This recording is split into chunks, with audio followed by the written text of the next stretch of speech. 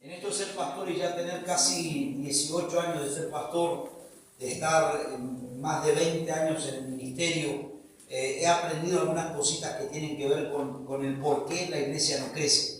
¿Por qué la iglesia no crece? Lo rápido, la respuesta rápida es: pastor, es que mi ciudad está dormida; pastor, es que la gente que me tocó a mí; pastor, es que si vinieran hermanos; pastor, es que si esto se llenara de jóvenes. Las respuestas pueden ser variadas, pueden ser y todas razonables. Es decir, usted puede dar una respuesta razonable al por qué la iglesia no crece. De hecho, vamos a entrar en calor porque está muy serio usted. ¿Por qué razón? Yo creo que dos o tres me digan por qué razón la iglesia no crece. No estamos hablando de esto. Estamos hablando a nivel Roca. Tengo mi hijo que está estudiando aquí en Roca y a mí me gusta estar en una ciudad y dar vueltas en la ciudad y pispear y chusmear, diría el carnal, mirar espiritualmente la atmósfera de las ciudades. Y Roca no ha sido la excepción. Yo he caminado por Roca, me he dado vueltas en Roca para ver cuál es el nivel espiritual que tiene esta localidad de Roca. Yo tengo mis conclusiones. De hecho, lo que yo voy a hablarles ahora tiene que ver con la ciudad, de por qué la ciudad, la iglesia cristiana de la ciudad de Roca no está creciendo. Pero yo quiero que usted me diga por qué razón, rápido alguien me diga por qué la iglesia no está creciendo. Número uno. Porque los hijos de Dios no estamos haciendo a lo que Dios nos llamó. Predicar el Evangelio. Eso está genial.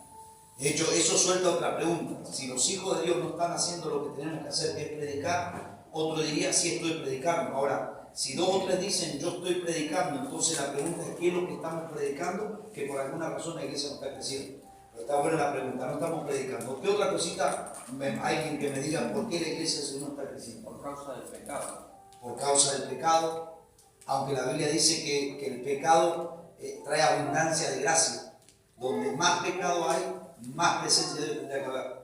Pero es buena la razón, falta, porque no predicamos, porque hay mucho pecado. Por falta de voluntad. Por falta de voluntad. Está interesante esa es una de las que están en mi top 5 de las razones del por qué la iglesia no crece. No hay voluntad. No predicamos, hay pecado, falta de voluntad, una más.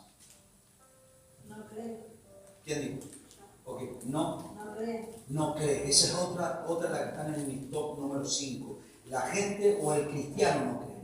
Entonces dijimos, no predicamos. Y es algo razonable. De hecho, cualquier cristiano pudiera decir: pastor, yo predico. Yo estoy todo el día con la música de adoración. Yo estoy hablando de Cristo todos los días. La gente sabe que no soy cristiano. Creo que de 5 que escuchamos el no predicamos, creo que 5 diríamos sí predicamos. Ahora, la pregunta que surge frente a esa pregunta es: ¿por qué entonces si yo predico no estoy generando el efecto que tendríamos que generar? Y puedo unirlo a esa, la falta de pecado. Es decir, no es lo mismo predicar lleno de la presencia del Señor que predicar lleno de pecado.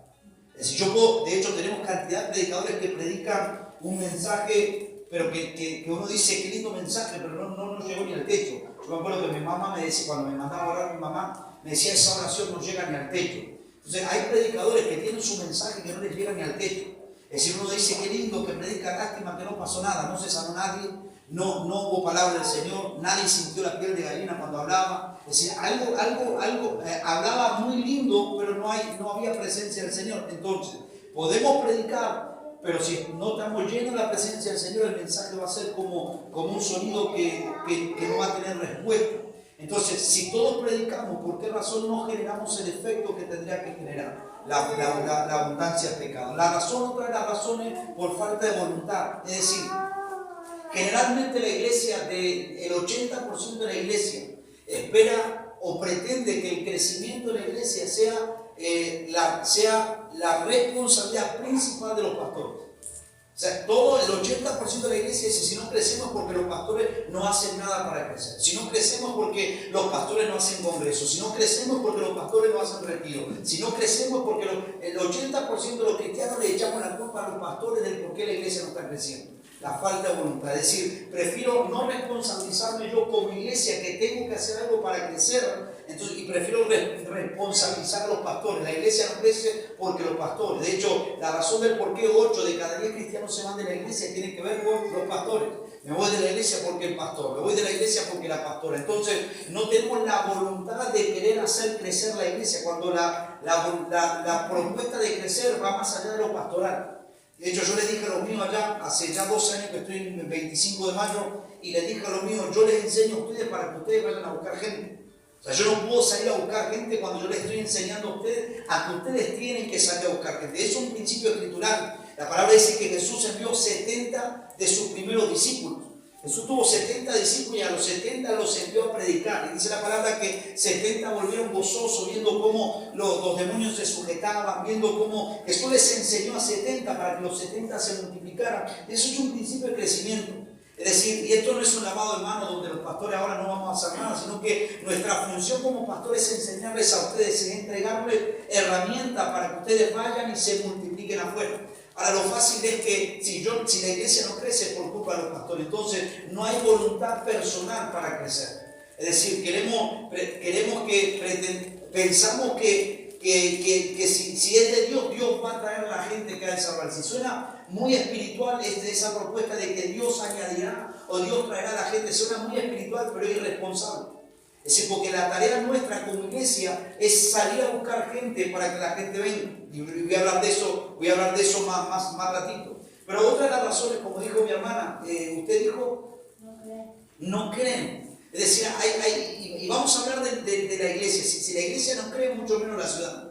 Es decir, ¿por qué razón la ciudad le cuesta explotar en cuanto a lo sobrenatural de Dios? Porque la iglesia no cree en lo sobrenatural. Entonces yo no puedo pretender dar lo que yo no tengo. Y esto es un principio de vida, si se quiere. Yo no puedo dar lo que yo no tengo. Yo no puedo pretender que la iglesia viva, que la ciudad viva un avivamiento cuando yo como persona no estoy viviendo un avivamiento. Es decir, no creo en que Dios se pueda mover, no creo en que Dios pueda hablar, no creo en que Dios pueda ministrar, no creo en que Dios pueda sanar. Entonces nos quedamos en solamente venir un domingo o el día que ustedes tienen servicio, nos quedamos con venir a escuchar la palabra, solamente un mensaje que pueda entusiasmarme el corazón para soportar los próximos 6 días y luego venir otra vez a inyectarme de otra palabra que me haga soportar los próximos 6 días. Entonces tenemos una iglesia carente de lo sobrenatural y esa es una de las razones principales del por qué la iglesia no está creciendo. Carecemos de lo sobrenatural. Ahora, usted y yo creemos en un Dios. Yo quiero creer que usted cree en el mismo Dios que yo creo, en el Dios de lo sobrenatural. Ahora, si Dios es un Dios de lo sobrenatural, lo sobrenatural de Dios es un ámbito natural en Dios, ¿por qué razón usted y yo no estamos viviendo lo sobrenatural de Dios? Si lo natural de Dios es ser sobrenatural, ¿por qué razón usted y yo no estamos viviendo lo sobrenatural? ¿Por qué tenemos que escuchar testimonios de otras ciudades de lo que Dios puede hacer y nosotros aquí añorando lo que queremos que Dios haga con nosotros? Si el mismo Dios que yo creo es el mismo Dios que usted cree, ¿por qué lo natural de Dios no es sobrenatural para nosotros? La razón es porque nos cuesta creer. Estoy moviéndome en esto de lo profético, de que Dios habla y del don de ciencia y de milagros y todo lo que Dios puede hacer. Y me encuentro de 10 cristianos me encuentro con 5 que empiezan a cuestionar los dones de Dios. Y yo no sé si es de Dios, de hecho me lo han escrito por Facebook, yo no sé si es de Dios eso, yo no sé si lo que usted hace me parece que es un charlatán. Y empiezan los mismos cristianos, no estoy hablando de gente no cristiana, los mismos cristianos que están en la misma iglesia con nosotros son los que primero empiezan a expresar la falta de fe. Yo no creo en eso. Eso era antes, ahora no funciona. Vino viejo, yo lo llamo los vinos viejos, es decir, no hay manera de que le entre algo nuevo porque son vino viejo. Entonces, hace unos días atrás hablaban en una iglesia sobre el reino de la fe. El reino de la fe, hay un reino, hay 3 reinos. En otra ocasión se lo voy a enseñar si quiere, pero hay 3 reinos dentro del reino de los cielos. Y uno de esos reinos es el reino de la fe, es el principal, el reino de la fe. Es decir, en el reino de la fe me di cuenta de que el cristiano solamente usa el 12% de lo que realmente debiera utilizar en la fe. Solo el 12%. Por eso escuchamos milagros solamente en Cashluna y no escuchamos de esos milagros en nuestras iglesias diarias. Escuchamos milagros de Benny Hinn, pero no escuchamos los milagros en nuestras iglesias porque solamente usamos el 10% de nuestra fe, el 12% de nuestra fe. Y hay algo bien interesante que tiene que ver con la fe. La Biblia dice que sin fe es imposible agradar a Dios. Y esto es un principio de conquista, si usted quiere. Es decir, si yo quiero enamorarlo a Dios, lo primero que Dios está esperando en mí es que yo tenga fe. Si yo quiero enamorarlo a Dios, lo primero que Dios está esperando en mí es que yo tenga fe. Si yo tengo fe, automáticamente estoy seduciéndolo a Dios. Dios ya empieza a tener una conexión conmigo. Pero cuando yo no tengo fe, esto es como cuando, si usted no se baña, usted no puede pretender de que ella lo bese. porque usted no se bañó nunca. No sé si alguien me entiende, pero no importa. Es decir, para yo poder generar algo en la otra persona, tengo que seducirlo. La fe seduce a Dios. Cuando usted tiene fe, lo primero que empieza a ver en el mundo espiritual es una seducción espiritual. Dios empieza a sentir atraído. La Biblia dice que sin fe es imposible agradar a Dios. El texto original, la palabra agradar, dice enamorar. Y esa es la parte interesante. Sin fe es imposible que Dios se enamore de nosotros. Porque la fe es la tarjeta VIP, la tarjeta VIP que nos permite a nosotros que Dios se mueva con nosotros. Entonces está bien interesante la pregunta del por qué la iglesia no crece. ¿Por qué razón la iglesia de Cristo no está creciendo? Pero se vienen los pares de sufrir, se vienen aquellos que predican de la Virgen y crecen de manera escandalosa, y nosotros que queremos predicar de un Cristo que resucitó, nos cuesta horrores crecer. Vienen los cristianos y los mismos cristianos son los que nos ponen palos en la rueda para dejar de crecer. Entonces yo tengo algunos conceptos que yo he aprendido en la iglesia que estoy pastoreando de que hoy nos está permitiendo crecer. En un pueblo de 12.000 habitantes, en un pueblo donde somos más perros que ser humano, estamos creciendo. Dios nos dio el placer de poder crecer. 12.000 habitantes tengo en mi pueblo. Nos conocemos los pecados de ayer, de hoy y de mañana. Nos conocemos todos en nuestro pueblo. Y Dios nos ha dado el placer hoy de tener una iglesia de 1.000 personas. Y ahora actualmente estoy construyendo un templo de 3.500 personas en un pueblo de 12.000 habitantes. Entonces, ¿qué es lo que yo descubrí? Que va más allá de lo natural, que va más allá de lo estrictamente convivencia humana que me permita a mí crecer. Es decir, es imposible crecer en un pueblo de 12.000 habitantes.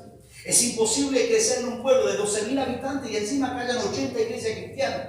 Es imposible crecer en un pueblo de 12.000 habitantes con 80 iglesias cristianas y encima una peleada con las otras, donde todos nos tiramos bombas para matarnos porque yo quiero la gente, él quiere la gente y todos queremos la gente. Entonces nos tiramos basura para que ninguno crezca. Es imposible crecer de esa manera. Ahora, yo entendí o descubrí algunos principios que nos permiten a nosotros crecer. Y más allá de lo práctico, tiene que ver con algunas revelaciones escriturales. Y una de las cosas que Dios me habló tiene que ver con la paternidad. Anota allí la palabra paternidad.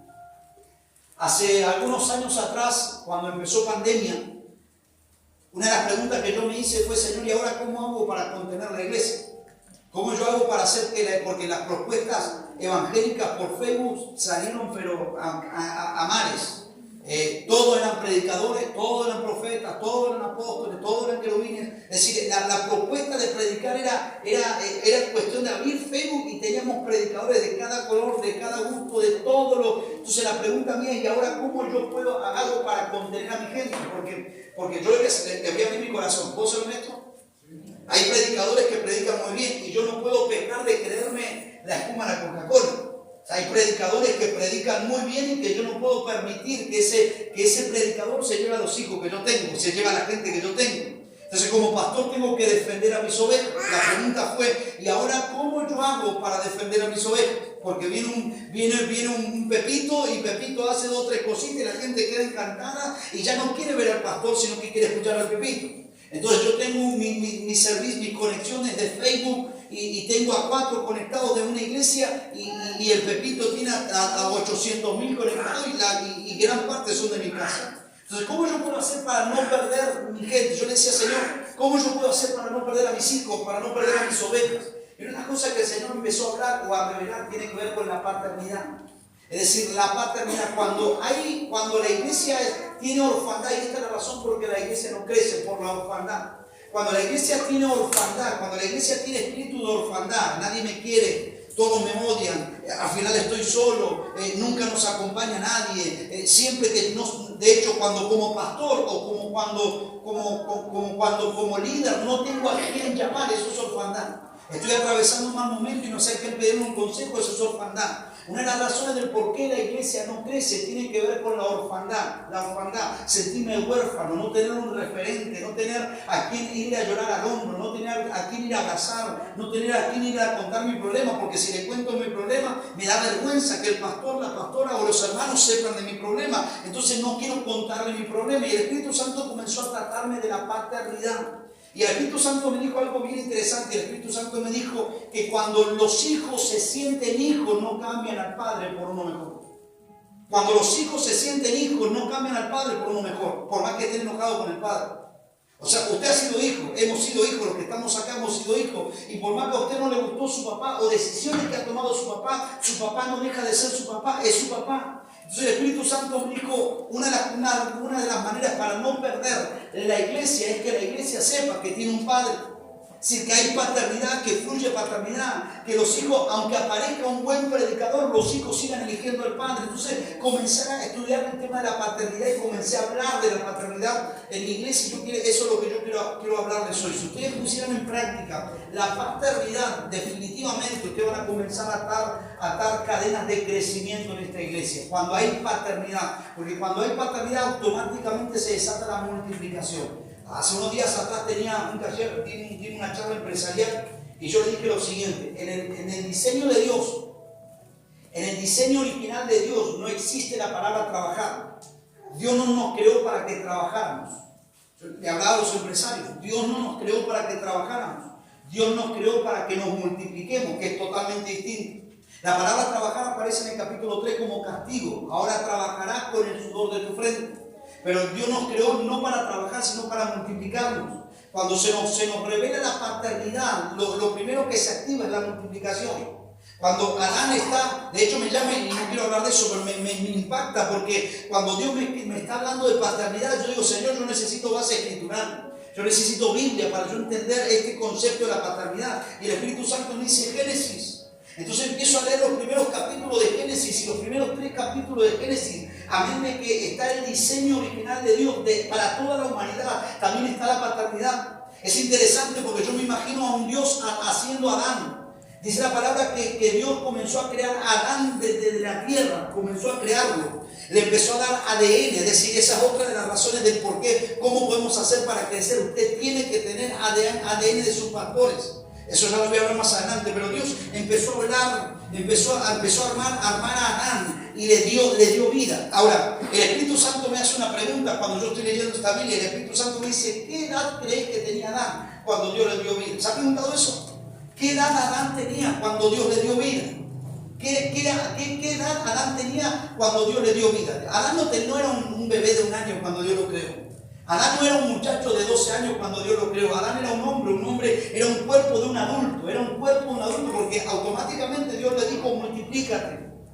Automáticamente la primera orden fue multiplícate. Entonces, de hecho, lo hablé con algunos teólogos amigos, le digo, ¿será posible de que Adán haya crecido con un cuerpo de 30 años? Y todos coincidimos en que Adán tenía un cuerpo de 30 años. Ahora, yo me imagino esto, porque Dios me dice, esto es paternidad. Dios creándolo a Adán con un cuerpo de 30 años, pero que no sabía hablar, que no sabía caminar, que no sabía hacer nada. Ahora yo me imagino a Dios, Padre, creando a un hombre de 30 años o con un cuerpo de 30 años que no sabía caminar y Dios teniéndole que enseñar a caminar. Los que somos papás sabemos de la experiencia de enseñar a caminar a nuestros hijos. Esa de que vengo para acá y viene el nene y uno sale corriendo para que no se caiga. Imagínense a Dios con Adán haciendo exactamente lo mismo. 30 años con dolor y Dios ahí diciéndole a mí mi cuchilla, ¿cómo va a caminar? Y Adán caminando y dando los primeros. Eso es paternidad. Cuando Dios le dijo a Adán, ahora ponerle nombre a todo lo que yo le he creado, ponerle nombre. Dios le estaba enseñando a hablar. A ver cómo dice papá, y Adán 30 años, papá. Ay, muy bien. Eso es paternidad. Dios estaba expresando la paternidad en su máxima expresión. Y cuando Adán empezó a hablar o aprendió a hablar, Dios le dijo, bueno, ahora sí, Adán, ponerle nombre a todo. Eso es paternidad. El huerto del Edén es la mayor expresión de paternidad manifestada de Dios con el ser humano. Entonces, cuando se manifiesta la paternidad de Dios con Adán, una de las cosas que se activan en la multiplicación, Adán ahora vas a multiplicar. Cuando se nos revela la paternidad, lo primero que se activa es la multiplicación. Porque Adán ahora te multiplica. Cuando Adán entendió que Dios era su padre, de que Dios le enseñó a hablar, Dios le enseñó a caminar, lo primero que Dios le dijo fue ve y multiplícate. Ahora que todo se multiplique, ve a multiplicarte, tienes que crecer, tienes que poblar la tierra. Lo primero que se activa es la multiplicación cuando hay paternidad. Cuando a Adán se le reveló la paternidad, los beneficios fueron multiplicación. Y es interesante, no voy a hablar de eso, ya me estoy entusiasmando, pero no quiero hablar de eso, pero es interesante que lo primero que se activa es la multiplicación. Luego, por producto del pecado, Dios le dijo, ahora vas a trabajar. Pero el diseño original era multiplicarse. Pero pecó y con el sudor de tu frente vas a trabajar. La tierra producirá cardos y espinos. Ahora, es interesante porque la Biblia dice que el hombre trabajará con el sudor de su frente y que la tierra producirá espinos. Y es interesante porque cuando Jesús vino, también canceló esa maldición en la cruz del Calvario. Es decir, que cuando Jesús muere en la cruz del Calvario, una de las cosas que canceló Jesús fue la maldición del trabajo. Y no estoy diciendo que no trabaja, vaya a trabajar, tiene que trabajar, hay que mantener familia. Pero digo, pero Jesús canceló el trabajo sacrificial, es decir, lo que Jesús estaba cancelando en la cruz del Calvario era la maldición donde no había multiplicación y solo había que trabajar por lo justo. Ahora dígame, ¿cuándo, pastor? Pero póngale onda. ¿Cuándo, pastor? Ahí está. ¿Cuándo Jesús canceló la maldición del trabajo que paralizaba la bendición de la multiplicación? Cuando le pusieron la corona de espina en la frente. La Biblia dice que le armaron una corona de espina y se la pusieron en su frente. Y yo estoy seguro de que le caían gotas de sudor, pero de sangre en la frente. Es decir, Jesús estaba cancelando esa maldición donde la iglesia no se iba a multiplicar. Jesús, en otras palabras, Jesús estaba diciendo, a partir de ahora en esta muerte yo cancelo esa ausencia de multiplicación. Se activó en nosotros el poder de la multiplicación otra vez. Jesús dijo, consumado es. Es decir, Jesús en la cruz del Calvario dijo, consumado, hasta aquí se llegó, cerramos trato, cerramos negocio, consumado es. Entonces hay un beneficio que la iglesia no está usando y por esa razón no nos está dejando crecer y tiene que ver con lo práctico, lo básico, que es la paternidad. Diga conmigo, paternidad. Acompáñenme en el libro de los Hechos, por favor, capítulo 9. Hechos capítulo 9, verso 8 al 12. Dice así la palabra del Señor. Usted conoce esta historia ya. Entonces Saulo se levantó del suelo y abriendo los ojos no veía a nadie, así que llevándolo de la mano lo metieron en Damasco, donde estuvo 3 días sin ver y no comió ni bebió, estuvo 3 días ayunando. Verso 10. Había entonces en Damasco un discípulo llamado Ananías, a quien el Señor dijo en visión a Ananías. Él respondió, ven aquí, Señor. Verso 11. El Señor le dijo, levántate y ve a la calle que se llama Derecha y busca en casa de Judas a uno llamado Saulo, que es de Tarso, porque él está orando. Verso 12. Y el que está orando, que se llama Saulo, que está en la calle que se llama Derecha, donde vive el apóstol Judas, ese hombre ha visto en visión a un hombre llamado Ananías, que entra, que le pone las manos sobre él para que recobre la vista. Dios bendiga esta palabra. Quiero compartirles una palabra profética sobre la paternidad o sobre tu ADN como iglesia. Usted sabe que cada iglesia tiene un ADN en particular. La Biblia del Apocalipsis capítulo 2 nos habla de mensaje a las 7 iglesias. Son 7 iglesias que son las iglesias a nivel mundial. Son 7 identidades de la iglesia en general del mundo. Son 7 identidades de la iglesia a nivel mundial. Toda iglesia tiene su ADN. Cuando yo llego a una iglesia y yo veo que en la iglesia hay chusmerío, automáticamente yo digo, ese es el ADN de los pastores. Es decir, la iglesia es el reflejo del ADN de sus pastores. Si a sus pastores les gusta el chisme, la iglesia va a ser chismosa. Si a sus pastores les gusta buscar de Dios, tendrá una iglesia que va a provocar que Dios se manifieste. Sí, porque la iglesia, el ADN de la iglesia es determinada por el ADN de sus pastores.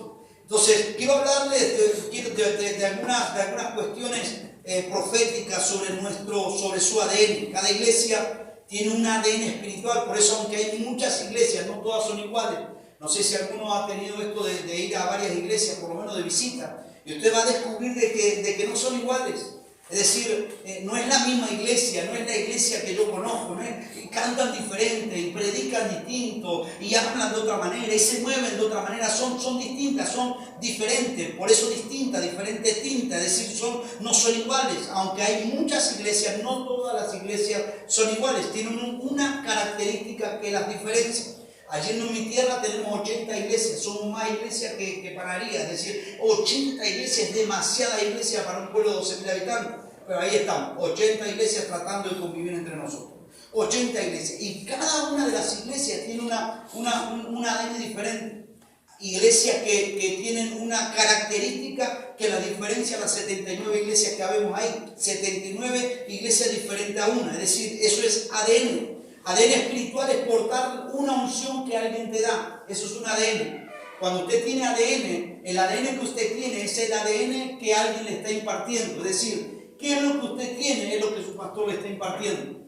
¿Qué es lo que usted porta? Es lo que sus pastores les están entregando. Es decir, el conocimiento que ustedes tengan de la Biblia es lo que sus pastores les enseñó. No es YouTube, no es Instagram, no es Facebook, no es los grupos de WhatsApp que usted tenga. El conocimiento que usted tenga es proporcional a la educación que le están dando sus pastores. Eso es ADN. ADN es portar una unción que alguien te da. La unción que tiene no es suya. Y esto pasa mucho en la iglesia, es decir, donde nos encontramos con gente que dice: yo predicaría mejor que el pastor, yo cantaría mejor que la pastora, yo lo haría mejor que el hermano Juan, yo lo haría mejor que la hermana Juana. Es decir, gente que piensa que la unción que usted tiene es suya, cuando la unción que usted tiene es prestada por tu pastor. Es tu pastor el que activa la unción que hay dentro tuyo. Pero hay gente que es tan rebelde que ellos piensan de que lo que yo tengo lo puedo hacer mejor que mi pastor. Y mire, de eso me he encontrado con cantidad exorbitante de gente que se sienta en la iglesia y que dice: yo lo puedo hacer mejor que el pastor. Y aunque es una verdad que pudiera hacerlo mejor que el pastor, no es correcto. O sea, porque usted tiene un pastor y Dios le puso un pastor o una pastora, no lo puso a usted, sino que nos puso a nosotros. Es decir, que entonces ADN es portar una unción que alguien te da. La unción que tiene no es tuya, alguien te la está impartiendo. Yo imparto lo que Dios me da. El ADN de cada iglesia es mostrado en lo que tu pastor te da. Hay iglesias, como dije recién, que aman el chisme. Eso es ADN de los pastores, el ADN que los pastores dan. Hay iglesias que tienen poder en milagros. Eso es ADN pastoral. El ADN de una iglesia es impartida por un pastor. Por ejemplo, nuestro ADN. Allí en 25 de mayo, nuestro ADN, nuestra atmósfera, es una atmósfera muy profética. Usted va a nuestra iglesia y usted va a encontrar una atmósfera profética en su máxima expresión, porque yo soy profeta y porque genera una atmósfera, o el ADN que yo imparto a mi gente tiene que ver con lo profético. Entonces, eso es ADN. Yo soy profeta, el ADN de la iglesia, de mi iglesia, va a ser profético. Ahora, lo que yo le digo a los míos es que tengamos una atmósfera profética, no quiere decir que todos sean profetas. Es decir, que hay una atmósfera profética y que Dios le muestre algo, usted no lo convierte en profeta tampoco. Es decir, la atmósfera, usted se va a mover de acuerdo a las reglas de esa atmósfera. Si la atmósfera es de milagro, usted va a orar por un enfermo y Dios lo va a sanar, porque hay una atmósfera de milagro, pero esa unción no es tuya, alguien te la está impartiendo. Y ese es el problema de las divisiones de la iglesia. Que hay cristianos que se mueven en la atmósfera del pastor de los milagros, o la atmósfera del pastor en la palabra, o la atmósfera del pastor y la pastora en lo que sea, y como Dios los usa en esa misma atmósfera, piensan de que ellos pueden hacer lo mismo y se van a otra iglesia y le va pésimo. Le va espantoso, porque la atmósfera, la unción que estaban portando dentro de esa atmósfera no era de él, era de alguien que se la estaba impartiendo. Entonces yo le dije a los míos: no cometa el error de querer ser profeta, porque está en una atmósfera profética. Fluya en la atmósfera profética, pero no me saca a profetizar allá afuera. Porque yo conozco la conducta del ser humano. El ser humano ama el poder, el ser humano ama el aplauso, el ser humano ama que me reconozcan, que diga: ahí viene el profeta, el apóstol, el querubín, el arcángel de las naciones, amamos eso. Y no le voy a preguntar a usted, porque yo estoy, usted es la excepción de la regla, pero el mundo entero ama el poder, el mundo entero ama el poder, los aplausos. Entonces yo le dije a lo mío: que usted se mueva en una atmósfera profética no lo convierte en un profeta. Que usted se mueva en una atmósfera de la palabra, porque usted tiene pastores que aman la palabra y que son maestros en la palabra, y que usted pueda fluir en esa revelación de la palabra. Usted no lo convierte ni en mayor que su pastor ni en nada, lo convierte en hijo. Diga conmigo: soy hijo. Soy hijo. Entonces yo soy profeta, el ADN de mi iglesia va a ser profético, pero no quiere decir que todos sean proféticos, sino que nuestra atmósfera será profética, porque ese es nuestro ADN. Ahora, hay gente que no entiende que la unción que tiene es prestada por tu papá. Entonces empiezan a sentirse superiores y son los que generan divisiones. Y la realidad es que si estás en una iglesia donde Dios te está usando, es porque tienes una unción prestada, que quien te la imparte es tu pastor, es el ADN de tu pastor. Ahora, yo le dije a los míos: váyase, si usted se siente mejor que yo y quiere ocupar el lugar que yo estoy ocupando, le tengo una mala noticia: yo no me voy a ir de acá a menos que Dios me saque. Y si Dios me saca, entonces el micrófono le queda a usted para que haga lo que quiera. Pero Dios no me va a sacar. Entonces la mala noticia es que le tengo que decir que se vaya a otra iglesia. Váyase porque me está estorbando. Perdí el miedo a perder gente. Yo como pastor, ya 18 años de ser pastor, perdí el miedo a perder gente. Y usted puede decir, pastor, pero qué malo. No. Es que hay gente que lo único que hace es estorbar el crecimiento. Hay gente, esto es como los amigos, uno tiene que saber elegir los amigos y saber decirle a la gente tóxica que se vaya de nosotros. Porque si usted se sigue rodeando de gente tóxica, le va a toxiquear toda la relación. O sea, la gente que es mala y no quiere cambiar, no es bueno que esté al lado suyo, porque le va a enfermar. Las pequeñas zorras son las que echan a perder todo. Usted tiene que aprender a perder el miedo a perder gente. Perder el miedo a que la gente mala se tiene que ir. Hay gente que no quiere cambiar y ahí no hay que perder el tiempo, y eso para otra charla. Entonces yo le digo a mi gente, aléjese de quien le imparte y se va a desconectar de la unción que hay acá. Aléjese de este pastor, de este ADN, y usted se va a desconectar de mi ADN. No es que mi ADN tiene un largo alcance. No, mi ADN está para los hijos, no es para los que no son hijos.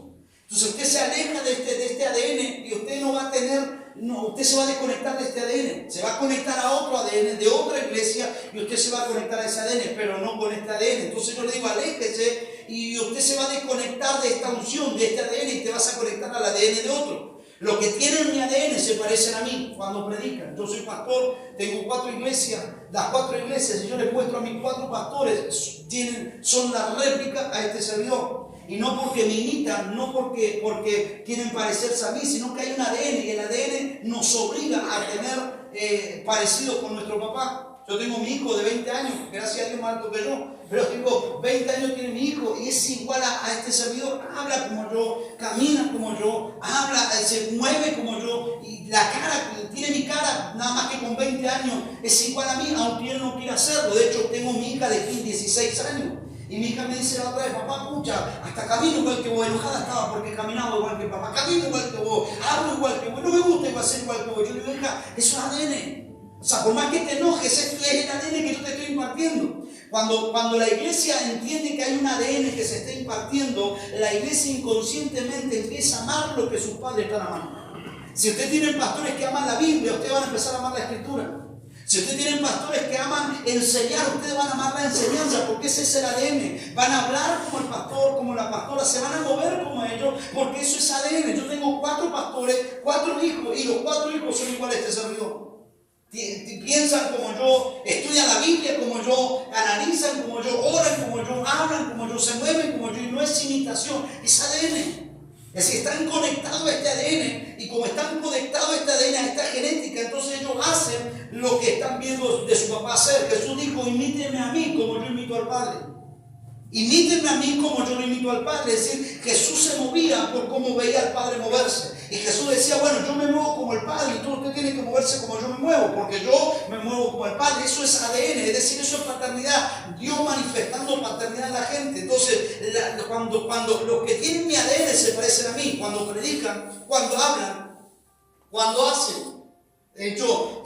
Yo invito predicadores a nuestra iglesia y he tenido algunas situaciones interesantes con algunos predicadores, donde a algunos les he quitado el micrófono porque enseñan cualquier cosa.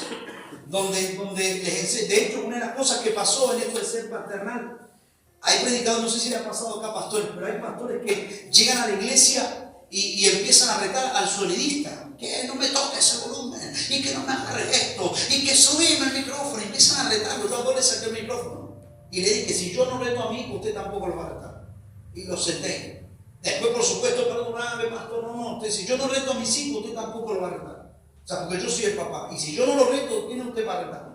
O sea, hay predicadores que hacen desastre, pero eso para otra predicación. Pero cuando yo estoy sentado ahí y hay un predicador que empieza a hacer ciertas cosas medio raras, mis hijos saben que yo estoy en crisis en el asiento. Que yo estoy empezando ya a luchar por mi yo y mi otro yo y los otros demonios que andan por ahí, yo empiezo a luchar. Y que tengo ganas, y mis hijos, los pastores que tengo en mi iglesia empiezan a mirarme. Y ellos empiezan porque ellos saben cuál es mi reacción, ya saben cuál es mi carácter, porque tenemos el mismo ADN. Entonces, los que están conmigo tienen mi ADN, se parecen a mí cuando predican, cuando hablan y cuando hacen. Dios trata en tu genética, pero en tu ADN se carga tu pastor. Dios va a tratar en tu genética. Usted tiene genética del reino, y eso para otra predicación. Usted tiene genética del cielo.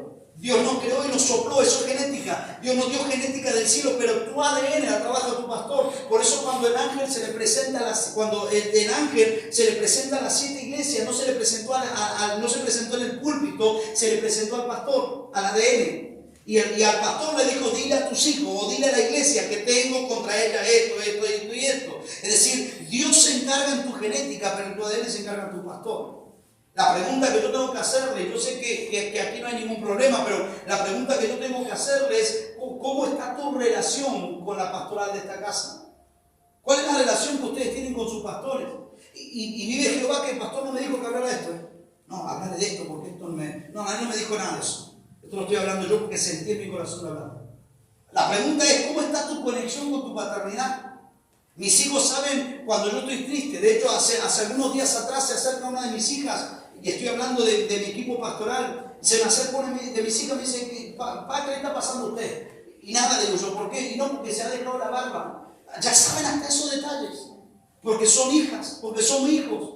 Y saben cuando el papá o la mamá están tristes, saben cuando están bien, saben cuando están pasando situaciones dramáticas, ellos están al tanto. La pregunta es, ¿cómo está tu relación con su pastor, con tu pastora? ¿Te has acercado a ellos para preguntarle cómo están? ¿Está comiendo, pastor? ¿Está comiendo, pastora? ¿Cómo están los nenes? ¿Le falta zapatilla, pastor? Yo le compro zapatillas. Mire, sentí de regalarle la zapatilla a los nenes. ¿Cómo está tu conexión con ellos? Porque hay un problema en la iglesia de hoy, la iglesia moderna. Y es que la iglesia moderna pretende los beneficios de un manto, pero son incapaces de honrar el manto. Lo repito otra vez. La iglesia moderna pretende los beneficios del manto, pero son incapaces de honrar el manto. Quieren que el pastor les dé, pero la iglesia es incapaz de ofrecer. La iglesia es incapaz de entregarle algo. La iglesia quiere que el pastor le dé todos los beneficios de su manto. Profetice, me dicen allá. Hábleme de parte del Señor. Pero son incapaces de honrarme con algo. Y no estoy hablando de dinero, estoy hablando de honra, de cómo está pastor, de cómo la está viviendo. Le dije a uno de mis hijos hace unos días atrás, hace una semana que estoy enfermo y fuiste incapaz de preguntarme cómo estoy. Perdón. Eso es paternidad. Es que usted se conecte con sus pastores, que usted conozca cuando su pastor está predicando porque está contento o porque está triste. Que usted conozca cuando su pastora no está bien o cuando sí está bien. Que usted conozca, que tenga conexión con sus pastores. Si usted no tiene conexión con sus pastores, no pretenda la multiplicación como beneficio. Pero la iglesia pretende la multiplicación, pero no quiere honrar lo que tiene que honrar. Me gusta la historia de Jesús, porque dice la palabra que Nicodemo, si no me equivoco, y si puedo equivocarme, perdón, mi cabeza no retiene nombres, pero creo que era Nicodemo cuando Jesús está comiendo en la mesa y están comiendo, discutiendo de la Biblia, y entra una prostituta con un frasco de perfume. ¿La ubican esa historia? Dice la palabra que Jesús está discutiendo la palabra, es decir, estaban hablando de la ley, y de repente entra una prostituta con un frasco de perfume y entra y se postra a los pies de Cristo, le vuelca todo el perfume a los pies de Jesús y rompe el frasco y empieza a llorar y a secar. Y Jesús dijo, tú no me trataste como ella me trató. Ella, sin embargo, vino y me limpió los pies, me perfumó los pies. Y es interesante esto porque viene un concepto bien que la iglesia solemos pasar de alto. Número 1, la mujer entró y le tiró perfume a Jesús. La mujer entró y le tiró perfume a Jesús. De hecho, la iglesia vivimos por actos. Queremos aparentar por actos lo que espiritualmente carecemos. Lo repito, la iglesia queremos aparentar en actos lo que espiritualmente carecemos. Por eso las iglesias religiosas, hay que ir con pollera, hay que ir con pantalón ancho, hay que ir con corbata. Las iglesias religiosas quieren aparentar con actos lo que carecen de espíritu. Queremos aparentar con actos lo que carecen de espíritu. Entonces, me gusta esto porque Nicodemo era un fariseo, era experto en la escritura, y a Jesús le encantaba discutir teología. Jesús era un niño y lo tuvieron que llevar la oreja a María y José, porque Jesús estaba discutiendo con los pastores de aquella iglesia. Yo estoy muy niño para andar discutiendo, él lo agarró del arca y se lo llevaba. A Jesús le encanta discutir teología, le encanta hablar de Biblia. Entonces estaba hablando con Nicodemo y la prostituta entra. Me llama la atención cuando yo estoy leyendo eso de que la prostituta entra, porque con qué facilidad la prostituta entró. Cuando si usted lee la Biblia, que la Biblia dice que los fariseos apedreaban a las prostitutas. Las prostitutas, si había alguien a quien les tenía miedo, a los fariseos. Las prostitutas se alejaban de los fariseos porque los fariseos le iban a matar, le iban a apedrear. Pero sin embargo, esta prostituta entró a la casa de Nicodemo como Pancho por su casa. Yo le digo al Espíritu, ¿con qué facilidad esta prostituta entró a la casa de un fariseo? Entonces, ¿en qué cosa rara andaba Nicodemo? Que la prostituta entró como si fuera a su casa. Pero Nicodemo era el hombre de la palabra. Nicodemo era el hombre que cuidaba la palabra, pero en cosas raras andaba Nicodemo, que esta prostituta no lo esperó en la esquina a Jesús a que saliera de la casa. Esta prostituta no esperó debajo de un árbol a ver cuando Jesús salía para encararlo y decirle no me anima a entrar porque los fariseos me van a apedrear. No, esta prostituta se metió. ¿En qué cosa rara andaba Nicodemo que la prostituta entró como Pancho por su casa? Pero lo que me sigue llamando la atención es que la mujer viene con el frasco y según dice Judas dice, hubiésemos vendido el perfume, porque era tan caro el perfume que lo hubiéramos vendido para tener plata. Es decir, la mujer vino con un perfume caro.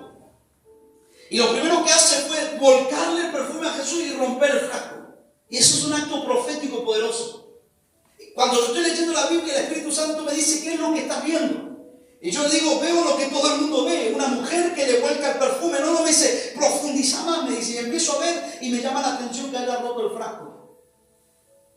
La mujer hizo un acto profético que poco en la Biblia se ve. La mujer volcó el perfume siendo pecadora y rompió el frasco. La mujer estaba generando un rompimiento en su vida. La mujer no quería la vida que estaba teniendo. Ella quería generar un rompimiento en su vida. Ahora, la mujer para generar un rompimiento trajo un perfume caro. Y ahí es donde el Señor me dice, es que la gente quiere grandes rompimientos con ofrendas baratas. La gente quiere grandes rompimientos con ofrendas baratas. Y cuando digo ofrenda no estoy hablando de plata, no me malentienden, por favor, yo no soy de esos predicadores que hablan de plata. Pero la gente pretende grandes rompimientos con ofrendas baratas. Que el pastor que está enfermo, que predique igual. Si la pastora está enferma, que predique igual, porque ellos son bien espirituales. Y pobre el pastor viene con la columna, que no da más, y empieza, bueno, yo les quiero dar. Pero ¿cómo que no está acostado, pastor? Pero no, es que la gente pretende grandes rompimientos en su vida, pero son incapaces de ofrendar algo. Quieren los beneficios de un manto, pero no son incapaces de honrar ese manto. Es decir, ¿cuál es el gusto de tus pastores? Allá en mi tierra me gusta la churrasca, no sé si aquí la escuchan la churrasca. Me encanta la churrasca. El pan asado, la tortilla asada. Me encanta. Mi gente sabe que me gusta. Y aparecen 2 por 3, aparecen con las churrascas asadas porque al pastor le gusta. Me gusta comer en el desayuno huevos revueltos. Y aparecen mis hijos con los huevos con huevos para que yo tenga mis huevos revueltos en la mañana. Todos los lunes aparece una hermana de la iglesia que tiene unas 30 gallinas en su casa, aparece con un cartón de 30 huevos para su pastor. Eso es honra. Entonces la pregunta ahí no me la conteste, contéstele usted porque recién estoy empezando la enseñanza. ¿Cómo está la conexión con tus pastores? Si tu conexión es distante, entonces no culpes a la iglesia de la falta de crecimiento. No culpes a tus pastores de la falta de crecimiento. Porque la culpa, por alguna razón, parece ser que empieza a ser personal. El problema soy yo, no es tu pastor. Y esto no es un lavado de manos, no es que los pastores adoran a los pastores y eso, no es eso. Pero hay principios, el reino de los cielos se mueve por principios, por códigos proféticos. Lo primero es paternidad. El pastor que usted tenga va a definir tu ADN. Por eso hay que tener cuidado. Jesús dijo, imitadme a mí como yo lo hago con mi padre. Esa es la manera de ver el ADN de un pastor que tenga la genética del cielo. Si tu pastor, usted ve que sus pastores hacen lo correcto delante de Dios, entonces ese es el pastor que usted tiene que seguir. Jesús dijo, ¿por qué me tienen que imitar a mí? Porque yo lo imito al Padre. Esa es la razón para detectar un hombre de Dios. Que haga lo que el Padre hace en el cielo. Que es amar, que es consolar, que es curar. Eso es lo que el Padre hace. Entonces, ¿cómo yo detecto un hombre de Dios haciendo lo que el Padre hace? Jesús dijo, bueno, ustedes están viendo que yo imito a mi Padre, ahora imítenme a mí. Esa es la manera de ver el ADN de tu pastor, que tenga genética del cielo. Ahora, leo la Biblia y descubro que cuando Dios cambia un nombre, a un hombre también cambia su nombre. En la Biblia se ve mucho cómo Dios cambia nombres. Se ve muchísimo cómo Dios le cambia. Cuando Dios se encuentra con un hombre, también le cambia el nombre. No solamente cambia su persona, sino que también cambia el nombre de esa persona. Y cuando Dios lo hacía, era porque Dios quiere igualar el nombre al destino y a una identidad. Es decir, cuando Dios cambiaba el nombre de la persona, era porque Dios quería cambiar, no solamente quería cambiar a la persona, sino que quería igualar el nombre al destino que Dios le estaba dando a esa persona. Cuando Dios le cambió el nombre a Simón, de Simón a Pedro, era porque quería fundar en ese nombre su iglesia. No fundó en el nombre de Simón la iglesia, sino que fundó en el nombre de Pedro, a Pedro. Pero era porque Dios quería fundar en ese nombre la iglesia. Ahora la pregunta es ¿por qué? Porque Simón significa junco. Esto seguramente se los enseñaron sus pastores, por eso voy rápido. Simón significa junco. Junco es algo inestable, resistente pero inestable, se mueve mucho, eso es junco. Y Dios necesitaba fundar su iglesia en una roca, Pedro, en una roca. Por eso antes de decir sobre esa roca voy a edificar mi iglesia, lo primero que hizo fue cambiarle el nombre. Porque no puede fundar una iglesia en algo inestable. Dios necesitaba fundar la iglesia en algo que fuera estable, como en una roca. No le cambió el nombre hasta que a Simón no se le reveló el ADN de Jesús. Siempre fue Simón. Hasta que Pedro dijo, no, tú eres el Cristo, el Hijo del Dios. Cuando a Simón se le reveló el ADN de Cristo, entonces Cristo automáticamente dijo, ahora sí, bien Simón, ahora tú no eres Simón, sino que ahora te llamarás Cristo. A Simón se le reveló el ADN de Jesús y dijo, tú eres el Cristo. Y Simón dijo, y Dios dijo, bien has dicho, ahora tu nombre no será Simón, sino que serás Pedro. Dios siempre espera que te muevas a ese lugar donde el fundamento de una palabra va a ser sostenible. Por eso Dios cambiaba el nombre. A alguien Dios le tiene que cambiar el ADN en esta mañana. Ok, nadie dijo amén. Repito, a alguien Dios le tiene que cambiar el ADN, conectar con el ADN de su pastor en esta mañana. Cuando Jesús le dijo, Satanás me pidió para zarandearte como a trigo. Simón, Satanás me pidió para zarandearte como a trigo. Satanás lo zarandea conforme al fundamento de Simón, que era junco, y junco es un arbusto. Entonces si Satanás lo zarandea como su nombre indica, como un arbusto. Por eso lo zarandea, como lo hace toda semilla que genera un arbusto.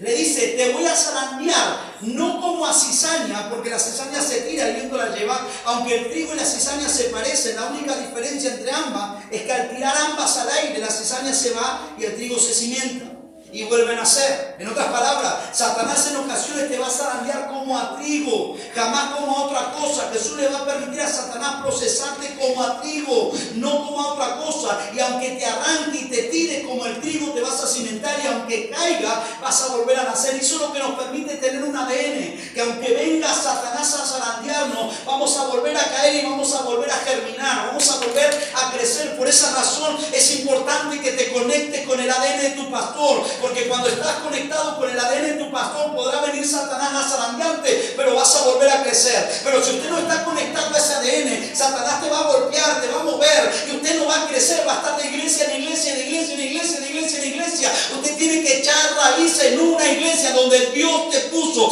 y para volver a crecer te tienes que conectar con este ADN. Alguien dígame por favor. A Simón a Simón se lo puede arrancar porque es un junco, pero a Pedro no se lo puede mover porque es una roca. Ay, me está interesando esto. Simón, ya no puedo fundar la iglesia sobre alguien que es inestable y sobre alguien que cualquier fuerza lo puede arrancar. ¿Por qué razón la iglesia no crece? Porque hay muchos que les gusta arrancar a Simones. Te invito a mi iglesia. No, viene un predicador, vamos para allá. No, quédate acá, que acá hay músico, quédate acá, que acá hay calefacción, quédate acá. Y uno dice, ¿será de Dios o no será de Dios? Y se termina yendo. Son Simón que los arranca rápido, cualquiera que viene los arranca rápido. Si Jesús dijo, yo no puedo darle un crecimiento a alguien que cualquier cosa los arranca. ¿Qué estabilidad yo, persona nueva, puedo tener con usted si usted cada vez que tiene una crisis se mueve para todos lados? No, ¿te enteraste del pastor? No me gustó lo que el pastor predicó el domingo. No, porque me habló a mí. Esa palabra era para mí. ¿Qué estabilidad yo nuevo puedo tener con alguien que automáticamente cualquier cosa lo está arrancando? Esto es un principio matrimonial si le sirve a los casados. O sea, esto de ser Simón, a Simón se lo puede arrancar, pero a un Pedro no se lo puede mover porque es roca.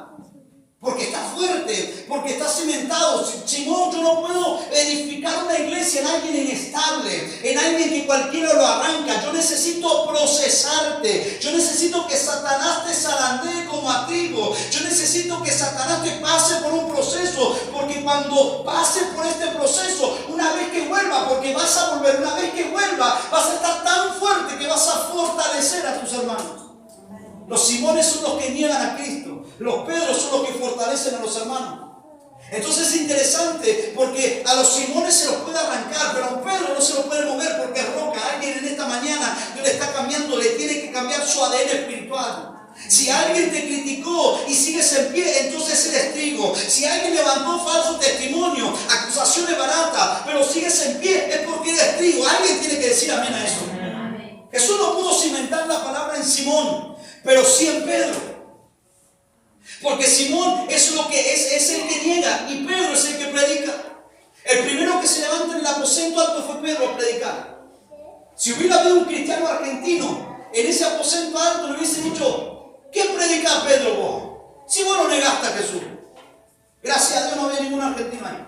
Pero Pedro lo niega a Cristo, pero fue el primero en levantarse, no solamente a predicar, sino que antes de predicar, Pedro se levanta y dice: muchachos, vamos, arriba el ánimo. Lea la Biblia en el capítulo del libro de los Hechos, capítulo 1. Muchachos, estaban tan deprimidos los 120 que Pedro se levantó a levantarles el ánimo. Muchachos, no podemos quedarnos así. Hay que alegrarnos un poco. Vamos, arriba ese ánimo. Y luego vino el Espíritu Santo, los llenó de poder y hablaban en otros idiomas. Y el primero en levantarse a predicar fue Pedro. Los Simones son los que niegan a Jesús. Los Pedros son los que predican de Jesús. Simón es el que casi se ahoga en las aguas y Pedro, su sombra sanaba enfermos. Alguien Dios le tiene que cambiar el nombre en esta mañana. Ya no te vas a llamar debilidad, te llamarás destino, no te llamarás pasado, te tienes que llamar futuro. La gente que conoció quién eres, no reconocerá quién será. Dios va a cambiar el ADN de esta iglesia. Alguien tiene que decir amén a eso. Hubo gente que te conoció negando la identidad de Dios, gente que te conoció cortando orejas, pero no sabían que usted cargaba a un Pedro al que Dios iba a usar. Hubo gente que te vio caer muchas veces como a Simón, negando conocer a Jesús sin saber que dentro tuyo se estaba forjando un Pedro con tanta unción que el mismo ángel debería abrirle la cárcel a Pedro. Ningún ángel le abrió la cárcel como a Pedro. Es interesante esto. Alguien tiene que decir: yo estoy creyendo en esto. Esta es una generación hambrienta de paternidad. Mi esposa se está a 4 clases de recibirse de psicóloga. Y siempre tenemos los mates por la mañana en nuestro desayuno, donde tenemos la charla, después no nos vemos todo el día, hasta la noche, tarde, noche, pero en la mañana es el momento nuestro, donde hablamos. Y una de las cosas que hablamos con mi esposa, que ya está por recibirse de psicóloga, es la ausencia de paternidad en el mundo. Cuando tenemos un papá ausente, determina nuestro presente. Cuando tenemos una mamá ausente, también determina nuestro presente. La falta de paternidad, la orfandad que hay en el mundo entero, está haciendo que nuestras generaciones no crezcan. Que nuestras generaciones sean generaciones flojas, no quieren trabajar, no quieren hacer nada, porque tenemos ausencia de paternidad, tenemos mucha orfandad. Es una generación hambrienta de paternidad, una generación paternal. En el huerto Dios mostró su paternidad, se lo dije, en su máxima expresión. La paternidad es algo necesario en este tiempo. Sin paternidad no hay ADN y sin ADN no hay mensaje. Apocalipsis, Dios le envía el mensaje a las 7 iglesias, y si usted lee el mensaje es el mismo para las 7 iglesias, solo cambia el trato. Cada iglesia tiene una identidad diferente. La mayoría se había equivocado, pero eso no le importaba a Dios. Su ADN le permitió ser corregida. Cuando hay ADN, yo corrijo. Como le dije a uno de mis hijos hace unos días atrás: hace una semana que estoy enfermo y no me llamaste para preguntarme cómo estoy. Eso es corrección. Si su papá está enfermo, llámelo. Porque si usted está enfermo, yo lo llamo. Eso es conexión paternal. Cuando hay ADN, yo me permito ser corregido. ¿Por qué la iglesia no crece? Porque cuando el pastor o la pastora te quiere corregir, nos enojamos. No, me voy a otra iglesia. ¿Qué se piensa que me viene a hablar? Entonces, parece ser entonces que la razón del por qué la iglesia no crece no tiene que ver tanto con el pastor, sino con la conexión que no tienen. Entonces, cuando vienen, te quieren retar, no me rete, yo me voy de la iglesia. Es decir, cuando hay ADN, el ADN te permite ser corregida, instruida. Eso es solo virtud de un padre. Oiga, el ADN permite no solo que Dios te hable, sino que además no te deje caer. Cuando la paternidad es revelada en la iglesia comienza a provocar que las potencias del cielo se empiecen a mover. Que las atmósferas sean conmovidas. Es tiempo de comenzar a conmover las potencias celestiales, lo sobrenatural, lo que nos tiene que caracterizar para ser una iglesia que crece. Si esta es la casa de Dios, tengo que entender de que Dios habita entre nosotros. Y si Dios habita entre nosotros, entonces ¿por qué razón no hay de lo sobrenatural de Él, no hay en la iglesia? Si la Biblia dice que Dios habita entre nosotros y su ADN o su genética es milagro, porque donde Jesús iba pasaban milagros, donde Jesús caminaba ocurrían cosas poderosas, donde Jesús andaba algo sucedía, la vida de alguien era transformada. Si Dios habita en medio de la alabanza de su pueblo, ¿por qué razón lo sobrenatural del cielo no sucede en la tierra? ¿Alguien está aquí?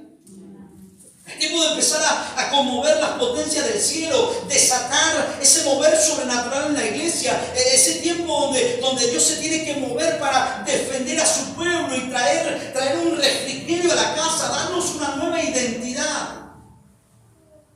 Yo me digo que lo que antes amparaba a los brujos ya no lo iba a amparar, y eso me encantó cuando empiezo a entender lo de la paternidad. Lo que antes amparaba a los brujos ya no lo va a amparar porque hay una paternidad. Cuando no hay paternidad no hay derechos, porque no tengo derechos, porque usted no me ve como padre y yo no lo veo como hijo, entonces no hay derechos. ¿Con qué derecho yo puedo defender a alguien si no mis hijos? Cuando yo estoy en crisis, en plena pandemia, el Señor me dijo, paternidad, los hijos no cambian a sus padres, porque hay paternidad. Ven lo que dice la Biblia, y cayendo en tierra, 15 minutos tengo, y cayendo en tierra, oyó una voz que le decía, Saulo, Saulo, ¿por qué me persigues? Pablo, antes de ser Pablo, era Saulo. Oiga, el apóstol Pablo, siendo un asesino, tuvo un encuentro con Dios. Saulo va rumbo a Damasco a matar cristianos como era de costumbre. Jesús se le aparece en medio de su camino y le dice, Saulo, ¿por qué me persigues, Saulo? Saulo cae en tierra. Y oiga esto, lea bien por favor, Saulo cae sobre tierra. Y la tierra era la materia que Dios usó para formar al hombre. La caída de Saulo tenía un propósito. Mire, lo que está en la Biblia no está escrito al azar. Si usted lee la Biblia como si estuviera leyendo Harry Potter, está equivocado. Todo lo que está en la Biblia tiene una razón de ser.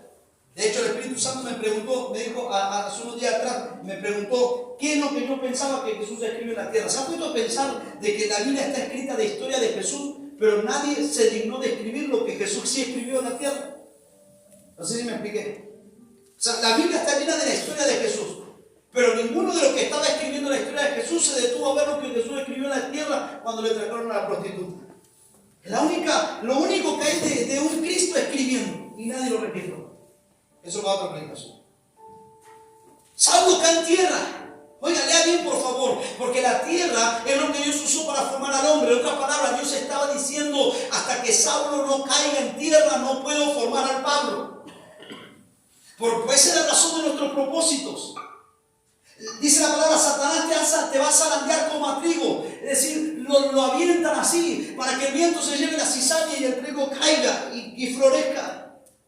Es decir, hay caídas, o hay tropiezos, o hay procesos que tienen como fin Dios por poder formar al Pablo que tienes dentro, o al Pedro que tienes dentro.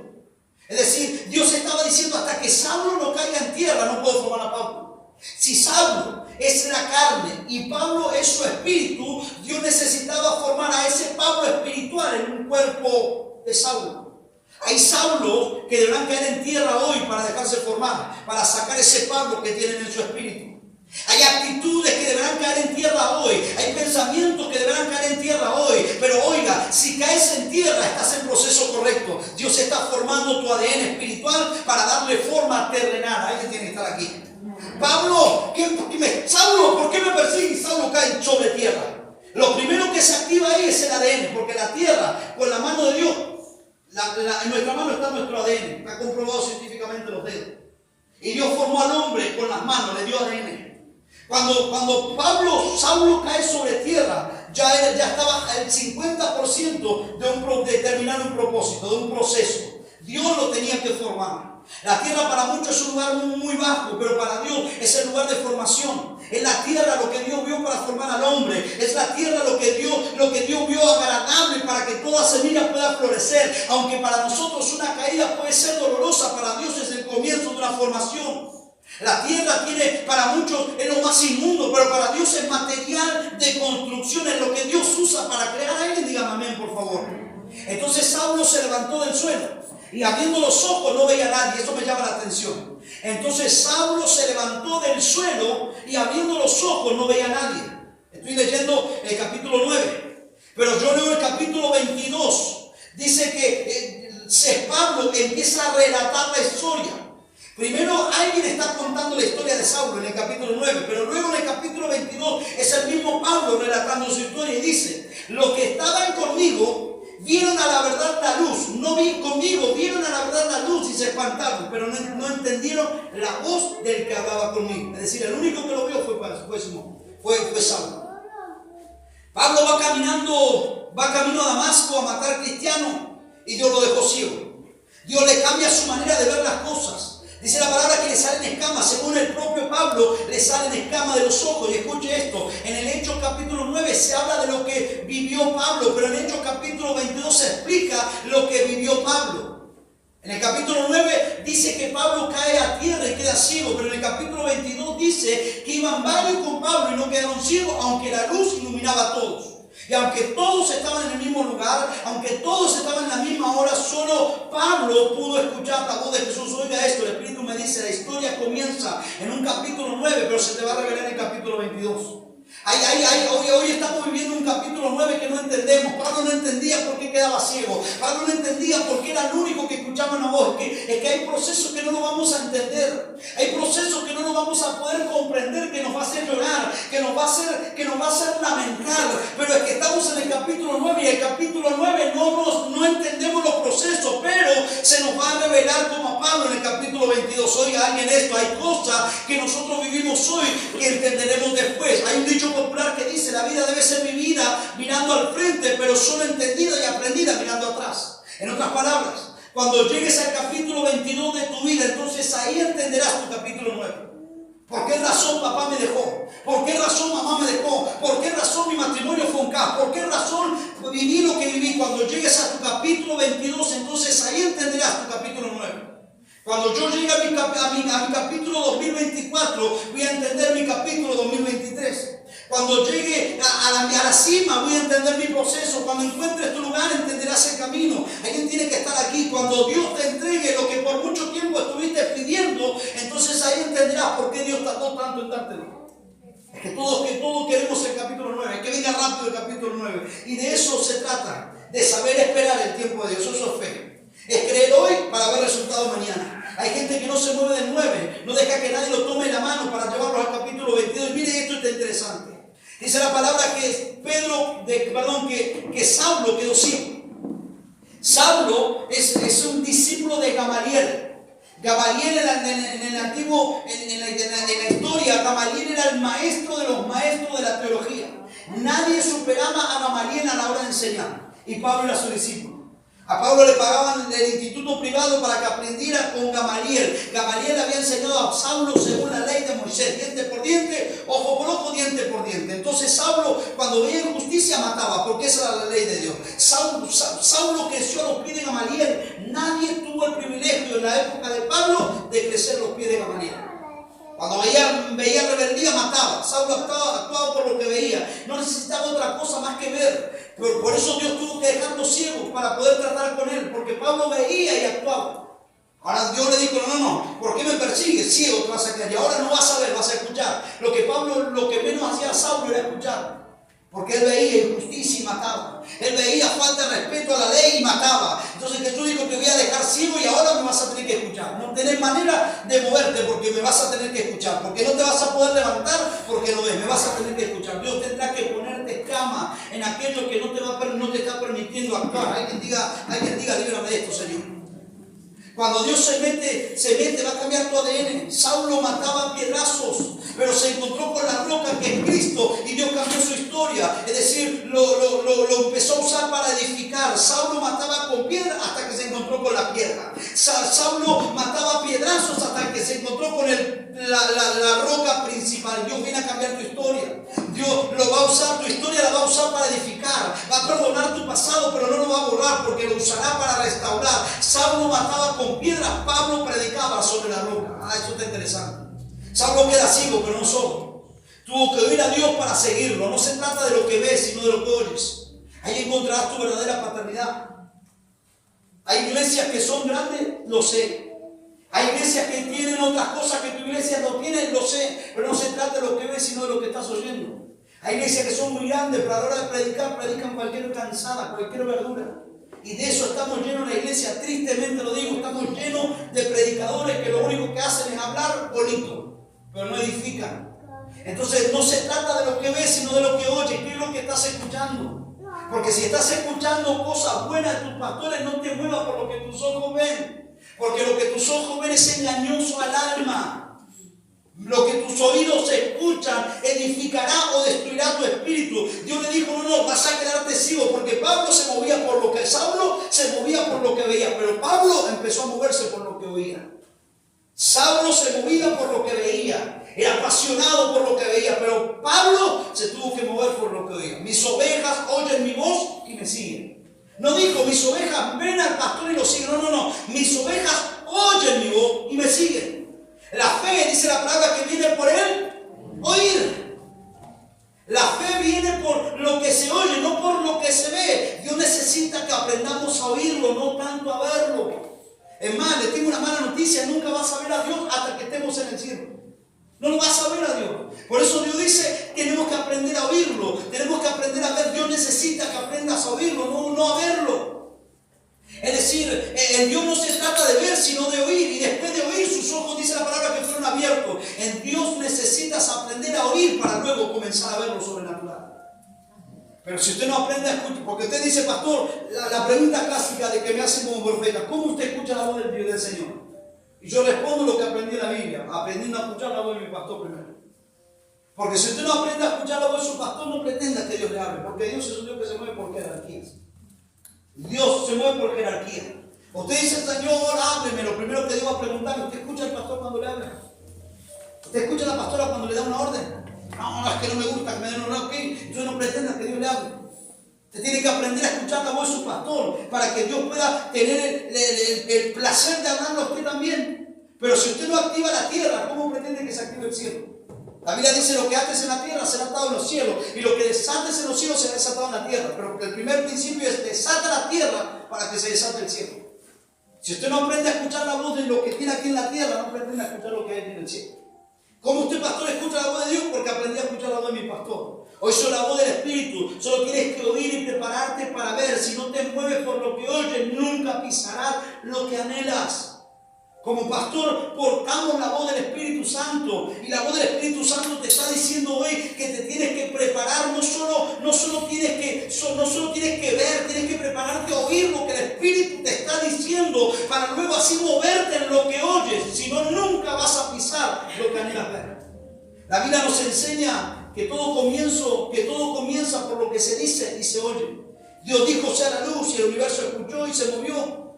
La caída de la mujer y el hombre fue porque la mujer oyó lo que la serpiente le decía, tome del fruto. Oiga esto, está poderoso. Todo lo que usted oiga tiene la intención de abrirte los ojos. La serpiente le habla a Eva, le dice, comelo, porque Dios no quiere que seas igual a él, pero si lo comes, vas a ser igual que él y capaz que mayor. Lo que la serpiente hizo fue abrirle los ojos. Y Eva vio que la fruta era buena, vio que la fruta era codiciable, vio que la fruta le llamaba la atención. La voz de la serpiente le abrió los ojos a Eva. Bartimeo oyó a Jesús y se le abrieron los ojos. Elías oyó la lluvia y se abrieron los ojos del asistente. El oír reactivó el ver. Atmósfera profética. El profeta es el que escucha la voz para que los ojos de alguien se abran. Oiga, si yo escucho, tú te tienes que ver. No, usted no está aquí. Si yo escucho, usted tiene que ver entonces. Alguien diga, me preparo. Vamos, dígalo con buena onda. Me preparo para ver lo mejor de Dios.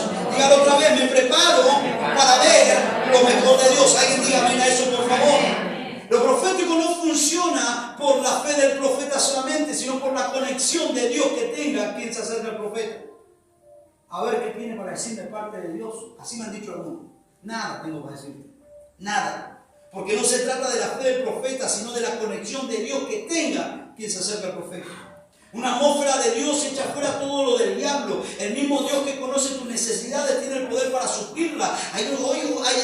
La atmósfera que desate es los beneficios que vas a recibir. Alguien dígame a eso.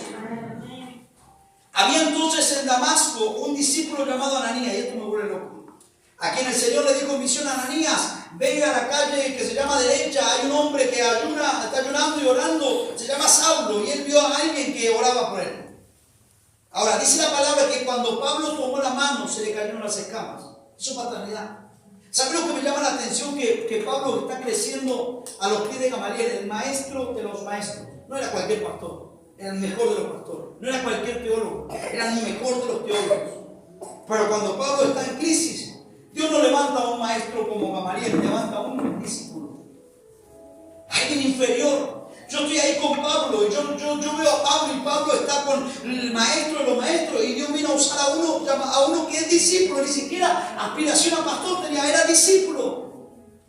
Y Dios le dice: ve Ananías, ve a hablar por Pablo. Es decir, que cuando Ananías pone sus manos, o le toma de la mano, Saulo no veía, pero una mano lo vio, y Saulo se dejó guiar, y cuando sus manos lo tocaron, Ananías tocó a Saulo y las escamas cayeron. El problema de la iglesia de hoy es que no quiere dejarse pastorear. Saulo tuvo que vencer esto de que a mí nadie me toca, a mí nadie me enseña, a mí nadie me va a decir por dónde yo tengo que caminar. Yo crecí con Gamaliel. No, cuando Pablo se encontró con eso, vino uno llamado discípulo, que era discípulo, Ananías, que era discípulo, a orarle. Yo a veces me gusta el sentido de humor que tiene Dios. Porque para chocar con nuestro orgullo nos pone gente que nosotros decimos: ¿qué me va a enseñar esto? ¿Qué me va a mostrar esto?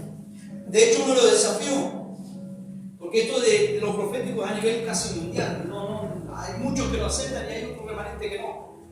Entonces me gusta estar en congreso. Hace poco estuve en Puerto Rico y estuve en un congreso donde predicamos 3 predicadores en un servicio, todo al hilo. Terminaba un predicador, venía el segundo predicador, terminaba el segundo predicador y venía el tercer predicador. 3 predicadores, 60 minutos para predicar y 30 minutos para ministrar. Puerto Rico es otro nivel eso. Es decir, que cada predicador tenía 90 minutos para exponer un mensaje, y yo era el tercero. Yo decía: Señor, ¿qué vas a predicar? Te van a dormir todo. O sea, 1 hora y media mi sentadera lo aguanta, pero 2 horas se me duerme. Y yo: Señor, ¿y la gente qué va a hacer? Tenía en contra que la gente iba a estar 180 minutos escuchando 2 mensajes para luego escuchar mi tercer mensaje. No solamente que tenía 180 minutos, sino que encima los predicadores decían: no le crean a aquellos que se dicen ser profetas. Yo estaba ahí sentado: no le crean a esos que dicen ser profeta y que vienen de otra tierra a endulzarte los oídos. Yo estoy ahí sentado y yo digo: desubicado. No, porque ganamos la copa, tenían que decirle yo, pero no estaba ni bien. Y ahí entonces tenía 180 minutos en contra, y encima la palabra de 180 minutos que hablaban en contra de los proféticos. Y yo: Señor, ¿y acá qué nombre le pongo al nene? Porque ahora hay que pararse y predicar. Bueno, yo soy profeta. ¿Cómo predico? Pero me gusta el sentido humano del Señor. Porque cuando yo empiezo me paro, el Señor automáticamente empieza a usar. Y 180 minutos y no me estoy burlando, pero digo: te estás burlando un hijo de Dios. Estás tocando el manto que no tienes que tocar.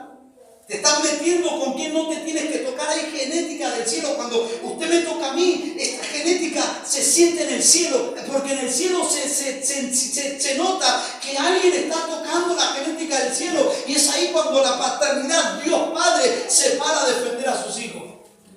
Y me gustó, le contaba a los míos. Yo le decía: me paro ahí, el Señor me empezó a probar, llamo por allá, llamo esto, aquello, y toda la gente, el 90% de la iglesia ministrada con el don de ciencia. Oiga, cuando hay paternidad, es Dios el que te defiende.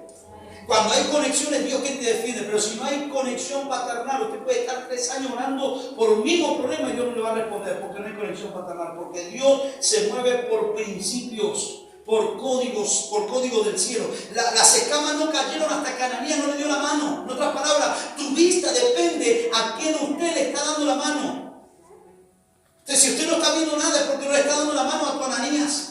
Tu ADN depende de a quién usted le está dando la mano. Si tus ojos no se abren es porque no estás tomando las manos de tu pastor. Saulo era ciudadano romano, estudió los pies de Gamaliel. Y si usted estudia la historia de Gamaliel, ese hombre era maestro de maestros. Saulo no fue instruido por cualquier personaje. Saulo tenía autoridad del rey para matar. A Saulo no cualquiera le podía enseñar, pero cuando quedó ciego, Dios usó a un discípulo llamado Ananías. Ananías era discípulo, ni siquiera título de evangelista. Discípulo, aprendiz. Eso es lo que significa discípulo. Alguien que es enseñado, un aprendiz. Saulo no veía, tenía escama. A veces Dios necesita cerrar los ojos de varios para que se dejen dirigir. No eres quien, usted no es quien dirige, tienes un pastor, usted tiene que tomarle la mano a su pastor. Usted no es el que dirige, usted tiene pastora, tiene que tomarle la mano a su pastora. No eres más que nadie, tienes un pastor, tienes que tomar su mano y dejarte dirigir. Los rebeldes son los que no quieren tomar la mano a su pastor, entonces no prosperan porque no toman la mano de quien puede darle ADN y sus ojos siguen cerrados. Saulo viene de la mejor escuela con Gamaliel y Dios le pone bajo los pies de alguien que aparentemente no tiene dones. Oiga, hay gente a la que debe someterte, aunque usted pueda sentirse que tiene más unción que él. Pablo tenía más conocimiento que este aprendiz llamado Ananías, pero Pablo se sometió. Y esa autoridad no viene por lo que sabe, sino por la gracia que Dios te ha dado. Hay gente que sabe mucho, pero practica poco. La gracia, la autoridad sin la gracia es un palo, solo golpea. Y el pastor golpea y golpea, porque esa autoridad sin gracia. Saulo se debe someter a alguien que no tenía millones de seguidores en su Facebook, alguien que no tenía un canal de YouTube apestado de seguidores, no era famoso como lo que usted ve en las redes sociales, no era conocido porque no estaba ungido según la ley cristiana, no estaba ungido. Pero Dios lo usó a él, por eso no menosprecies a quien hoy tiene saldados. Porque Dios lo puede usar para librarte de algo malo. No mires por debajo a quien Dios está, a quien hoy está ocupando un lugar. Porque ese lugar, porque esa persona te puede dar una jerarquía el día de mañana. Cierro aquí. Me llama la atención que Dios le dice a Pedro, sobre esta roca voy a edificar la iglesia. Es decir, que lo que yo interpreto, alguien que me encanta leer la Biblia y la leo despacio para entenderla, lo que Jesús le está diciendo cuando le dijo, cuando vuelvas, fortalece a tus hermanos. Lo que Dios le estaba diciendo era, Pedro, vas a ser el apóstol de la iglesia. Necesito que escribas cartas para que fortalezca a los hermanos de la iglesia de Roma, de Éfeso, de Tesalónica, y fortalece a tus hermanos. Vas a ser el apóstol porque sobre esa roca voy a edificar mi iglesia. En otras palabras, Pedro tendría que haber escrito el Nuevo Testamento. Sin embargo, Pedro no escribió el Nuevo Testamento. El que más escribe el Nuevo Testamento es Pablo, no Pedro. Pedro tenía la tarea de fortalecer las iglesias, pero no lo hizo Pedro, lo hizo Pablo. Pablo escribió, la mayoría del Nuevo Testamento lo escribió Pablo, cuando era Pedro el que tenía que escribir la historia, y no Pablo. Entonces yo le digo al Espíritu Santo, ¿por qué razón fue Pablo y no Pedro? Y el Espíritu Santo me dice, por paternidad. El único que llamó hijo a sus seguidores fue Pablo. Mi hijo Timoteo, mi hijo Silas. El único que llamó hijos a sus seguidores fue Pablo. Pedro no. Pedro era peleador con todo el mundo. Él peleaba con Apolo porque van a tu iglesia y no a la mía. Pedro peleaba nunca cambió Pedro. Dios le dio la oportunidad de cambiar, pero no cambió. A Pedro no se sujetó a nadie. Pedro era un rebelde sin causa. Pedro no le tomaba la mano a nadie porque él era Pedro. Sin embargo, Pablo, callado, le tomó la mano a Ananías. Porque no le quedaba otra. Porque tenía que caminar. Le tomó la mano. No importaba qué títulos tenía, cuántos seguidores había. No importaba, no. Si Dios te puso, yo voy a obedecerlo a Dios. Y Pablo le tomó la mano. Cuando Pablo le toma la mano, se le cae las escamas de sus ojos. Y Pablo comenzó a ver la vida cristiana de otra manera. Y así todo, Pablo comenzó a fortalecer la vida de sus hermanos. Hay Pedros que no van a continuar con la historia porque no tienen la capacidad de someterse a la paternidad de su pastor. Dios puede tener muchos propósitos con usted, pero si usted no se somete a la paternidad de sus pastores, usted va a quedar en la historia. Y va a venir un Pablo y en poco tiempo se va a someter.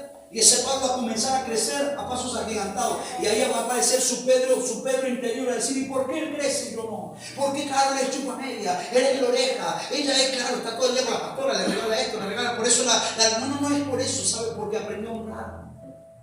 Vuelvo a hacer la pregunta. ¿Cómo está la conexión con tus pastores? ¿Cuál es la conexión que tienes con ellos? ¿Le ha preguntado, se ha tomado el tiempo de escribirle un WhatsApp y decirle, pastor, ¿cómo anda usted? Lo noto mal, hace varios días que lo noto mal. Pastora, ¿usted está bien?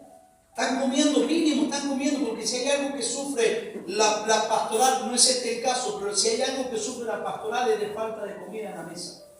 La razón por la que los hijos de pastores quieren renunciar al ministerio es porque los pastores dan todo por la iglesia y se olvidan de sus hijos, porque no pueden. Pero no hay una iglesia.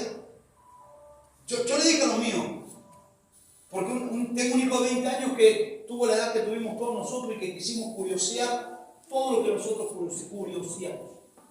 Y apareció la hermana Juana por allá, hizo un escándalo como que lo agarra a mi hijo y le dice, usted tiene que dar ejemplo, usted es hijo del pastor. Y yo le agarré a la hermana, no, el ejemplo lo doy yo, él es mi hijo y se va a equivocar como usted y como su hija se está equivocando después. Yo doy el ejemplo. Y yo le dije a los míos, usted cuida a mí, yo los cuido a usted cuida a los míos. Esa es la ley que tengo en mi casa. Yo lo cuido a usted, yo cuido a sus hijos, yo cuido a su familia, pero usted cuida a los míos. Y esa es la ley que nos mantiene conviviendo como pastoral. Vuelvo a preguntar, ¿cuál es la conexión que tiene con tu pastor? ¿Cuándo fue la última vez que tu pastor te llamó la atención? Que tu pastora te llamó la atención. ¿Cómo reaccionaste frente al llamado de atención? ¿Te enojaste y estuviste una semana molesto, con intención de ir a ver a la iglesia enfrente o de por acá? Porque no me gustó como el pastor me habló. ¿Cuál es la conexión que tiene con tu pastor? Llego a esta conclusión. La razón por la que la iglesia no crece es por la falta de paternidad que hay en ella. No hay conexión de hijos. Y el Espíritu Santo me puso en mi corazón que hablar de paternidad. Yo creo que usted se ponga de pie, me regale un minutito más. Y es donde estaban, vamos a hacer una oración bien sencilla. Pero aunque sea sencilla, será profunda. Con la mayor sinceridad que usted pueda tener en su corazón, me va a cerrar los ojos. No se va a poner a mirar a nadie. No va a mirar a nadie. No se va a distraer por nada. Sino ahí donde está va a cerrar sus ojos y con la mayor sinceridad va a comenzar a responder la pregunta que yo le he hecho. ¿Cómo estás con tu pastor? ¿Cómo estás con tu pastor? ¿Cuál es la conexión que tienes con ellos? Será el tiempo donde tendrás que comenzar a restaurar las relaciones. Es que él es el pastor, yo no me animo a acercarme. Es que ella es la pastora, yo no me animo a preguntarle. Así como tus pastores se preocupan por usted cuando no viene, así como ellos se desarman cuando se enteran de que usted no tiene trabajo y que hay que llevarle de comer, y ellos se desarman por llevarle, y muchas veces han sacado de su propia alacena para darte de comer. Porque así somos los pastores. Dejamos de comer nosotros para que coman ustedes, nuestros hijos. Pero cuando te ha tocado hacerlo, ya empiezas a poner el grito en el cielo. No, hoy no voy a diezmar. No, yo no voy a ofrendar. Te pretende los beneficios de un manto, pero es incapaz de honrarlo. Usted pretende que el pastor se desviva por usted, pero usted es incapaz de honrarlo, el pastor, a su pastora. Cuando entendimos paternidad, comenzamos a multiplicarnos en nuestra iglesia y comenzamos a crecer. Al día de hoy, tanto, estamos construyendo un templo de 3.500 personas. La paternidad te multiplica. La paternidad, mire, ni que le hablo de finanzas. Pero si tuviera que hablarte de otro beneficio que te da la paternidad, es la multiplicación en tus finanzas. Los hijos son los que heredan. Los huérfanos no. Los desconocidos no son los hijos los que heredan. Hay herencia. Cuando yo activo la paternidad, hay herencia. Por eso donde está, regáleme otros segunditos más. Y póngase de acuerdo con Dios. Dígale, Señor, sí te fallé. Reconozco que he puesto una obligación a los pastores. Toda la carga la he puesto en ellos. Tienen que obligarme a venir a un taller. Tienen que torturarme una semana para recordarme que tenemos un taller. Reconozco que he sido un mal hijo. Que pretendo escuchar tu voz, Señor, pero me he detenido a escuchar la voz de mi pastor. No conozco sus altos, sus bajos. No conozco sus alegrías. No conozco sus depresiones. No conozco nada de eso porque no me ha importado conocerlo. Pero hoy yo vengo a hablarte de parte del Señor. ¿Quieres crecer? Tienes que activar paternidad. Tienes que activar tu paternidad. La paternidad, eres hijo. Eres hijo. Señor, yo hoy quiero bendecir la vida de los pastores de esta casa. El diablo se ha levantado contra ellos. El diablo se ha levantado contra su familia. Señor, ellos han buscado la manera de cubrirse, de que nada los afecte, Señor, de que las piedras no golpeen tanto. Ellos han puesto las espaldas para que las piedras no golpeen a su familia. Señor, y hoy con esta oración yo quiero honrarlos, Señor. Hombre como Diego, la pastora, su esposa, que teniendo la posibilidad de irse a otro lugar, ellos aman esta tierra, aman este lugar y están dispuestos a hacer lo necesario para ver cumplida tu palabra en esta tierra. Por eso yo quiero honrarlos. Que sea tu mano de poder sobre ellos, que puedas traer hijos a la casa.